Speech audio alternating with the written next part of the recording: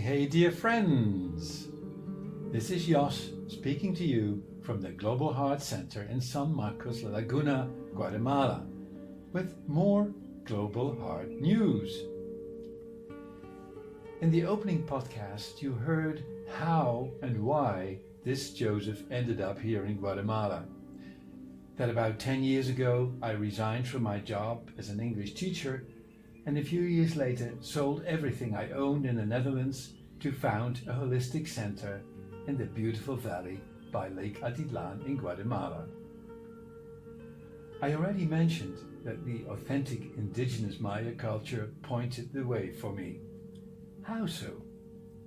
Well, dear friends, the reason, to put it mildly, was anything but ordinary. My sabbatical in 2012 began on a tropical island in the Gulf of Mexico, the small Maya island of Isla Mujeres. During a training run, I was preparing for a marathon that year. The following thrilling event happened. And dear friends, I'm now going to read this very experience to you from my book, Rewrite Your Book of Life. The story is written down there in the chapter Isla Mujeres, the Island of Women. Here we go. The magical moment unfolded when I reached the turnaround point, Punta Sur. There I spotted a small sign indicating the presence of the remains of a Maya temple. My curiosity awakened. Even though dusk was already setting in, I decided to pause my run and walk down the short, steep path to the site. There stood an information board explaining that the original temple was dedicated to the Maya goddess Ixchel, goddess of the moon, fertility and good fortune. And here comes the twist. In the last few lines, the visitor is informed of the exact coordinates of the Maya ruin. It said that the coordinates of this place are north latitude 21 degrees 12 minutes 5.2 seconds. There I stood, absolutely rooted to the ground. I nearly fell over from astonishment. This could not be true. Why? Well, dear friends, these are the exact numbers of this marathon runner's date of birth. Well, dear listeners, a clearer confirmation that the Maya path was meant to be my path I could never have imagined myself.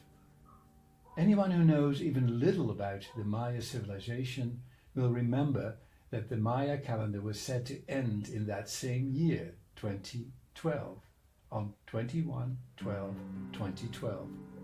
You may recall the headlines in your newspapers at the time. End of times near. Maya calendar predicts apocalypse on December 21, 2012.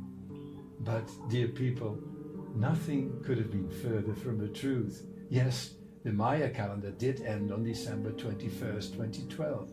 But the meaning the Maya attribute to it is not death, destruction or apocalyptic misery. It stands for a new beginning. And mind you, Maya astronomers had already predicted this many millennia ago. A study of the Maya calendar reveals that on exactly December 21, 2012, the fifth great cycle of 26,000 years would come to its end, and the zodiacal age shifted from Pisces to Aquarius. Pisces stands for survival, competition, linear thinking, logic. In short, for masculine energy. Aquarius stands for feminine energy, calm, abstract and holistic thinking, peace. In other words, here in 2025, we are collectively living through a period of shift, the great transition. How beautiful is that? And, dear people, I'm endlessly grateful to be where I am, to be able to share these beautiful things with you from this sacred Mayan valley. I'm going to close this second Global Heart News podcast with a little sentence I have spoken many times over the past years. We've only just started. for this is the beginning of an endless, beautiful journey. Please subscribe and you won't miss anything.